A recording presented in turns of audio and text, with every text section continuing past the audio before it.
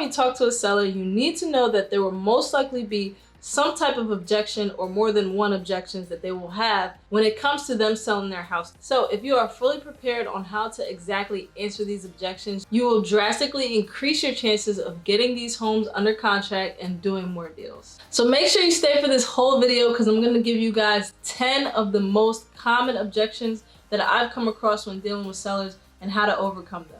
But before that, as usual, what's up guys? My name is Lillian Chukwueze. Welcome to the channel. If you're new, welcome to the family. I drop multiple videos every week about real estate, entrepreneurship, and investing. All I ask is that you please like the video, subscribe to my channel, and hit the notification bell so you don't miss the next video. With that being said, let's get right into it. So one of the most common objections that a seller will give you if you're looking to purchase their property with cash is that the offer is too low. So let me give you guys an answer for you to basically handle that. And let's use John as the seller's name. So if they say the offer is too low, you could be like, well, John, we're not the right fit for everybody. I do want to let you know that we are investors, so that means we typically don't pay above market value. After you let them know that you don't pay market value or above market value, you can let them know the benefits of working with you. So you say, however, we do close very fast in about 3 to 4 weeks. We take care of closing costs and you don't have to worry about any real estate commissions. But in order for us to do that, we have to be at this price or this range. And it has to make sense for both of us, obviously. Then you can hit them with this line. Taking all of that into consideration, what is the best price you think you can do? Now, if they still say no to your offer, but you know you might still be able to kind of sway them a little bit, or they might still be interested, you can just reaffirm the fact that, we're not a good fit for everybody, but, try to figure out what range that they're in, because at this point, they probably still haven't given you a number that they are willing to accept. So you want to be able to pull that number out, even though they're currently objecting to your current number. So you could just ask them again, like, okay, well, if we were to be able to come up with an offer that suits you, or a price that works for you, what price would that be? And then after they finally give you a price and it's probably going to be higher than, even retail value or close to retail value, you can let them know this. I think that's a great price, John, on the open market, but as far as cash goes, this is the number that we would be in, or this is the range that we would be in. But if we're just too far apart, and if you do plan on listing it, just understand that you might be able to get into that price range, but you do have to consider other things such as repairs. You have to consider closing costs, fees associated with that, and obviously the strung out process of, the couple months that it might sit on the market. Now, the next objection that somebody's going to give you is that they're waiting for the best offer. Guys, sellers are always going to be shopping around, and the best way to avoid them shopping around is to hit them with this line. I completely understand, John, that you want to get the best price possible. And I'm not sure who the other buyers are, but I can say for sure that this is a price that I can commit to today.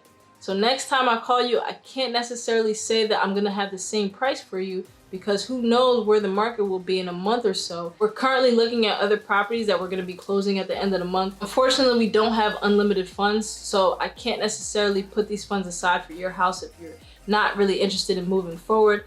So what I can say is that, if we do talk in the future, unfortunately, I don't know what price that we're gonna be at. So essentially, I wouldn't be able to promise you the same price in the future. And basically, this is gonna put a sense of urgency on them to essentially either accept or decline your offer. And that's essentially the goal of giving an offer, is to either get a yes or a no. You don't wanna get a maybe. You don't wanna stay in the friend zone. I've been there multiple times, guys, and I'm telling you, these are lines that work and are helping me not be in a friend zone anymore, because being in between is like the worst place. Now, another objection that sellers are going to give you, and this is typically an objection if you're doing virtual wholesaling, which I'm now starting to get into, is basically that they're going to tell you that you haven't even seen the property yet. How are you making an offer and you haven't seen the property yet?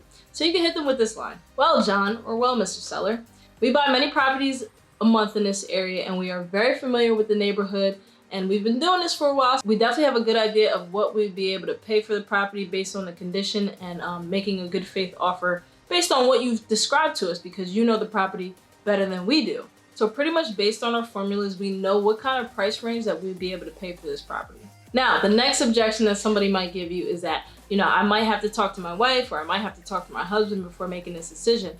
Now, if you guys refer to my other video that I made talking about, the questions to ask motivated sellers, you pretty much nip this question in the bud, because once you ask if there are any other decision makers or any other owners of the property and they tell you no, you can pretty much just refer back to that. Like, hey, John, I thought you said that you were the only decision maker. What exactly would you have to talk to your wife about? Or if you don't want to be that straightforward, you could try to get them to introduce you to the husband or the wife or whoever they need to talk to. So then you now have the opportunity to discuss the offer with them and ask them any questions to address them right then and there. So basically just say, hey, can you introduce me to this person that you need to discuss with? Are they available right now? Maybe I can address the questions that they may have as well. Or another way to go about that is to simply allow them to have that time. If they really want to talk to their spouse or whoever, allow them to have that time and figure out what a good time would be best for you to follow up with them. But don't end the conversation without finding out what a good time is to call back and check up, and if they talked or not. Now, another objection, the famous objection of, I need to think about it. Man, don't you hate when sellers say you need to think about it? What you gotta think about? So no, really guys, this is what you tell them. Hey John, I completely understand this is a big decision. What is it that you need to think about that I can address right now for you over the phone that'll be the deciding factor as to whether you sell or not? This is a good question to ask, guys, because you can box in the exact reason of what they need to think about, so when you answer it, there is no confusion, because a confused mind will always say no. Now, the next objection that a seller may give you is that they're going to just rent out the property if they don't sell it. So you can say something like this: okay, I completely understand, John, but out of curiosity, what made you change your mind from selling to now renting? Let them answer. And then for me, at that point, once they say renting, my mind automatically goes into creative financing. So if you guys don't know about creative financing, I actually made another video about, just explaining what the different options are when it comes to creative financing. I would go into a pitch of saying, hey, like, what if I can give you a steady stream of income every month without you having to deal with the hassles of, tenants and maintenance? But that is for a creative financing offer. If you guys aren't familiar with that, definitely check out my video. I'll leave a link to it up here and down below. If you aren't familiar with creative financing, at that point that they are set on renting it out, I would just follow up with them, in 6 months to a year to see if anything's changed, or even sooner than that to see if they actually rented it out. But that's if you get the hint that they're probably not going to rent it out. Now, the next objection a seller may give you is that they're just going to list it with an agent. Now, this is a good answer for that. You can answer it like this: I think that makes sense. That is an option for you, John, but it might take you 30, 60, or even 90 days or more. And you also got to consider closing costs, commissions, repairs, and any financing that, a buyer may have to get. So that all takes time. So in this answer, guys, you basically want to explain the pros and cons of listing the property. And it really depends on them. If you let the house sit there and wait on the market to get a buyer, or if they want some quick cash. Now, when you're discussing an offer with the seller and you get to the point of getting to the contract, now at this point they're probably going to have objections when it comes to the contract. And one thing they might say is that I'm just not comfortable with the contract, or they're not comfortable with some things in the contract. And then this is a very simple answer of just saying, okay, no problem, John. Let's go over it. What exactly in the contract do you have an issue with? Address those things and help them get over that hump. At that point, it's simply about just clarifying what's in the contract and why it's in there. Now, another objection a seller may have is when it comes to the inspection period. So obviously we buy and there is no inspection period in terms of having a legit professional inspector coming out and the purchase being contingent upon that. But we do have an inspection period for ourselves and our contractors to come in and just confirm the condition of the house, or the contractors being the buyers. So a seller may object to basically that, 10 or 14-day inspection period. And basically what you could tell them is that, although you do trust exactly what they're telling you, we just have to confirm everything that we discussed over the phone. And pretty much as long as everything is how you guys discussed and everything looks good, then you should be okay, and it should be really no worry for that. Now, at that point, if they're still objecting to you having your inspection period, you can just pull back and be like, hey, Mr. Seller, or hey, John, if you don't want to sell, it's completely okay, but I definitely need this inspection period to just confirm the amount of repairs that I need to do to the property. And then again, just hit them with a pullback. Hey, if you don't want to sell, I completely understand. And then they're typically gonna be like, no, wait, that's not what I'm saying. And then you just go from there. And then you pretty much go from there and let them know that's pretty much how you're able to do business and buy 10 to 15 or even 20 properties a month.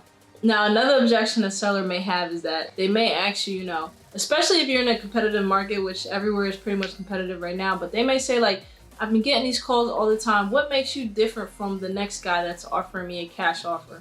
You could say, hey, that's a great question, John. I completely understand that you're probably getting a lot of other offers and a lot of people contacting you. But the difference between me and them is that I'm honest and I'm ethical and I get deals closed. And with that being said, I've been doing this for a while and I have a great team of people who are able to help me get these deals done. And you pretty much have no worries working with me. All you gotta do is sit back, relax, and get ready to collect the check. So guys, when it comes down to these objections, the main things that you have to know is that you need to listen carefully, address their objections calmly, provide solutions to those objections, and be sure that they clearly understand the solutions to their objections. Because obviously if you're providing solutions that you think are solutions that aren't necessarily solutions to them, there may still be some conflict. So you definitely want to make sure, once you're addressing these problems or these concerns that they have, that they're actually the solutions that these sellers are looking for. So guys, I hope this video helped you guys out.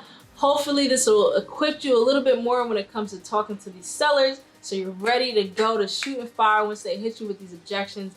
So if this video helps you at all, please like it, subscribe to my channel, hit the notification bell so you don't miss when I drop the next video. I talk all about real estate, entrepreneurship, and investing. So if any of those interest you, definitely hit the bell so you don't miss the next video. And until then, guys, stay safe and stay blessed. Peace.